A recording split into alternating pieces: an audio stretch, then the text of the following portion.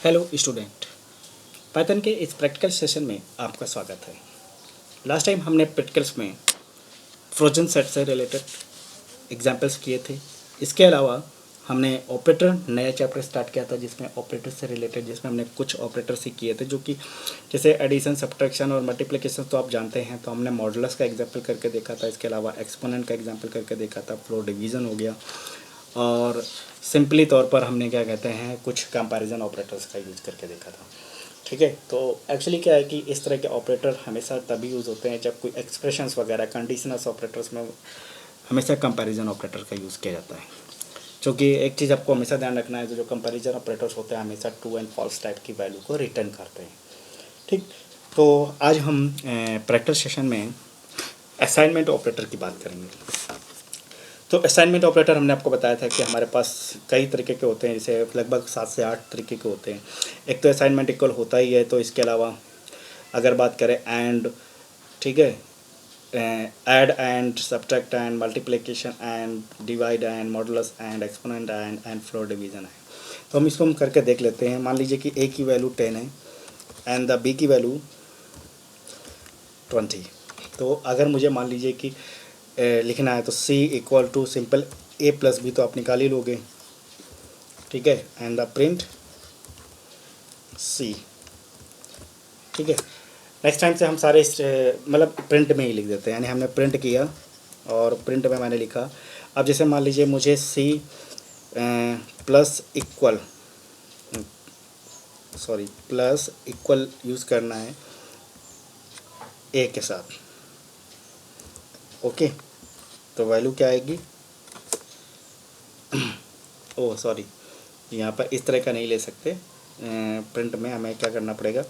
मान लीजिए मैंने लिखा c plus equal to a,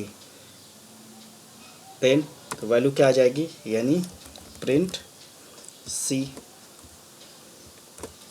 देखिए तो क्या हुआ कि c equal to c plus a लिखा गया। तो c की वैल्यू 30 और a की वैल्यू 10 है, तो 30 प्लस 40 हो गया।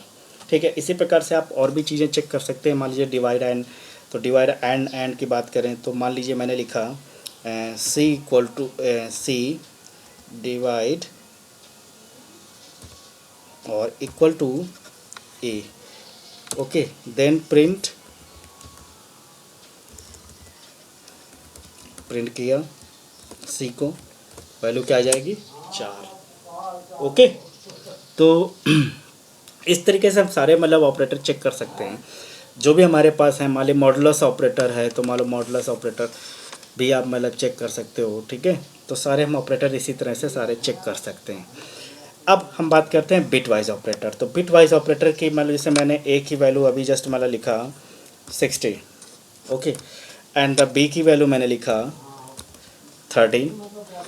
अब ए की वैल्यू, ए एंड बी की वैल्यू कितनी होगी? तो मैंने लिखा ए एंड बी,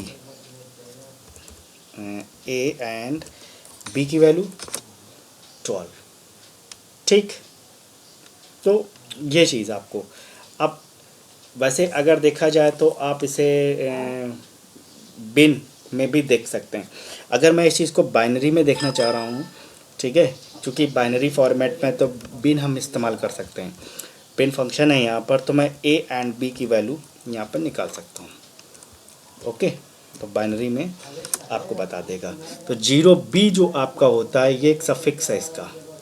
ठीक, और ये वैल्यू अगर हम इसे इसके कन्वर्ट करेंगे किसमें, सिंपली बात करें तो अगर मैं सिंपली इसे डेसिमल नंबर्स में कन्वर्ट करूँगा तो वापस से ये 12 वैल्यू आ जाएगी। ओके, इसी तरीके से अगर मैं बाइनरी फॉर्मेट में देखना चाहता हूँ कि बिन में हमने जो वैल्यू लिया ए और बी की वैल्यू क्या आ जाएगी? ठीक है, यानी ए और बी में आपकी 0 0 पहले होगी तो फिर 3 1 फिर 0 1। ओके, ये चीज़। ओके, तो बिन में अगर मान लो इसकी हम वैल्यू देखना चाहते हैं तो सिंपली हमें ए एंड बी की वैल्यू निकाल लें तो हमें बता देगा कि वैल्यू कितनी है। 61 वैल्यू है इसकी। ओके,